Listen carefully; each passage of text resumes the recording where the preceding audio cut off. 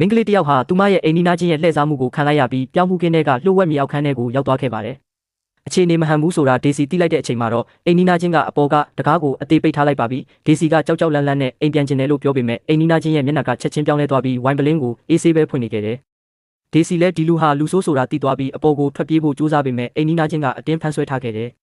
ဒါပေမဲ့ဒေစီကရုန်းကန်ပြီးကန်ကြောက်ကတကားကိုတွန်းဖွင့်ပြီးပြောင်းမှုကင်းတဲ့ကိုထွက်ပြေးလွတ်မြောက်သွားခဲ့ပါတယ်။ဒေစီကလူအများကြီးရှိတဲ့မြို့တဲကိုအမြန်ဆုံးပြေးဝင်သွားခဲ့ပေမဲ့ထူးဆန်းတာကလမ်းမတွေပေါ်မှာဘယ်သူမှမရှိပဲခြောက်ကပ်နေတာပါပဲ။အဲ့ဒီနောက်လမ်းပေါ်မှာဒေစီရဲ့ဖခင်ဖြစ်သူကိုတွေ့လိုက်ရလို့လှမ်းခေါ်ပေမဲ့ဖခင်ဖြစ်သူကမကြားရသလိုမျိုးပဲသူ့သမီးပျောက်ဆုံးနေတဲ့အကြောင်းတခြားသူတွေကိုဓာတ်ပုံလိုက်ပြပြီးမေးနေခဲ့တယ်။ဒေစီကအကျယ်ကြီးထပ်အောက်ခေါ်လိုက်တော့မှဖခင်ဖြစ်သူကလှည့်ကြည့်လာပေမဲ့ကားတစ်စီးဖြတ်မောင်းသွားတဲ့အချိန်မှာပဲဖခင်ဖြစ်သူဟာသူ့ရှေ့မှာတင်ပျောက်ကွယ်သွားပြန်တယ်။ဒေစီလည်းအိမ်ကိုအမြန်ဆုံးပြေးပြန်လာခဲ့တယ်။အိမ်ထဲမှာတော့မိခင်ဖြစ်သူကရဲတွေကိုသမီးဖြစ်သူရဲ့ပုံစံကိုငိုယိုပြီးပြောပြကတိုင်ချက်ဖွင့်နေတာပေါ့။ဒါပေမဲ့ဒေစီတကားဖွင့်ပြီးအိမ်ထဲဝင်သွားတဲ့အခါအိမ်ထဲမှာဘယ်သူမှရှိမနေပြန်ဘူး။မိခင်ဖြစ်သူရဲ့အတန်ကိုကြားရပေမဲ့လူကိုတော့မတွေ့ရပါဘူး။နောက်ဆုံးဒေစီရဲ့အခန်းထဲကိုပြန်ဝင်သွားတဲ့အခါတကားနောက်ွယ်ကထူးဆန်းတဲ့အလင်းရောင်တစ်ခုကိုတွေ့လို့ဝင်ကြည့်လိုက်တော့ညစ်ပတ်နေတဲ့ရေချိုးခန်းတစ်ခုဖြစ်နေပါတယ်။အဲ့ဒီထဲမှာဒေစီကိုလှည့်စားခဲ့တဲ့အိမ်နီးနားချင်းရှိနေပြီးစင်ပေါ်မှာတော့သွေးတွေပေနေတဲ့လက်နက်တစ်ခုနဲ့အတူစင်တစ်ခုမှာဒေစီရဲ့လက်ကောက်လေးချိတ်ဆွဲထားတာကိုတွေ့လိုက်ရတယ်။အဲ့ဒီအချိန်ကျမှဒေစီဟာအမှန်တရားကိုသိသွားခဲ့ပါတယ်။အမှန်တော့ဒေစီဟာဘယ်တော့မှလွတ်မထွက်ခဲ့ပါဘူး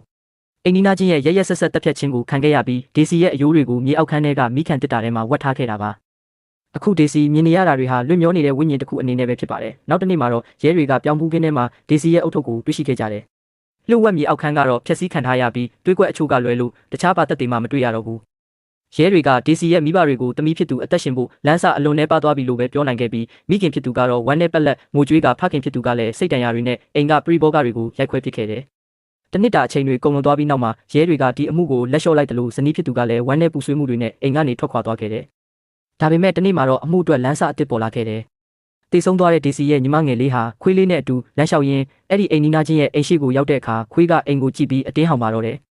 အိမ်နီးနားချင်းကကားမန်တဲကနေညီမငယ်လေးကိုမြင်သွားပြီးကားထဲကထွက်လာကအေးဆေးတည်ငြိမ်တဲ့ပုံစံနဲ့စကားလာပြောခဲ့တယ်။အဲ့ဒီအချိန်မှာပဲညီမငယ်လေးဟာဒီလူစီကနေထူးဆန်းတဲ့ခံစားချက်တစ်ခုကိုရရှိသွားပြီးအဲ့ဒီနောက်ပိုင်းကစလို့အိမ်နီးနားချင်းကိုတိတ်တဆိတ်စောင့်ကြည့်ပါတော့တယ်။ဒါပေမဲ့ညီမငယ်လေးကိုယ်တိုင်လည်းအိမ်နီးနားချင်းရဲ့တားကောင်အစ်စ်ဖြစ်လာနေပြီဆိုတာကိုတော့ညီမငယ်လေးမသိခဲ့ပါဘူး။အိမ်နီးနားချင်းကညီမငယ်လေးကိုထောင်ချောက်ဆင်ဖို့အတွက်ဒဏ်ရာရီထဲမှာပုံစံတွေစဆွဲနေခဲ့တယ်။တစ်ချိန်တည်းမှာပဲဖခင်ဖြစ်သူဟာအိမ်နီးနားချင်းကိုစတင်တန်တရားဝင်လာခဲ့ပါတယ်။ဖခင်ဖြစ်သူကခြံထဲမှာထောင်ချောက်တစ်ခုခုလုံနေတဲ့အိမ်နီးနားချင်းစီသွားပြီးစကားပြောရင်းခြံထဲကပန်းပင်ကိုကြည့်လိုက်တဲ့အခါညှိုးနွမ်းနေတဲ့ပန်းပွင့်လေးဟာဒေစီရဲ့ဝိညာဉ်ဆူတောင်းပေးမှုကြောင့်ချက်ချင်းပြန်လဲလန်းဆန်းလာခဲ့တယ်။ဒါကိုမြင်လိုက်ရတဲ့ဖခင်ဖြစ်သူဟာအတိတ်ကအဖြစ်အပျက်တွေကိုပြန်တရိယာသွားပြီးသူ့သမီးကိုတတ်ခဲ့တဲ့တရားခံဟာဒီအိမ်နီးနားချင်းပဲဆိုတာအကုန်သဘောပေါက်သွားခဲ့ပါတယ်။ဖခင်ဖြစ်သူကဒေါသတကြီးနဲ့အိမ်နီးနားချင်းနောက်ကိုလိုက်ဖမ်းပေမဲ့အိမ်နီးနားချင်းကအိမ်ထဲဝင်ပြီးတကားပိတ်လိုက်တယ်။နောက်တော့ရဲတွေရောက်လာပြီးဖခင်ဖြစ်သူ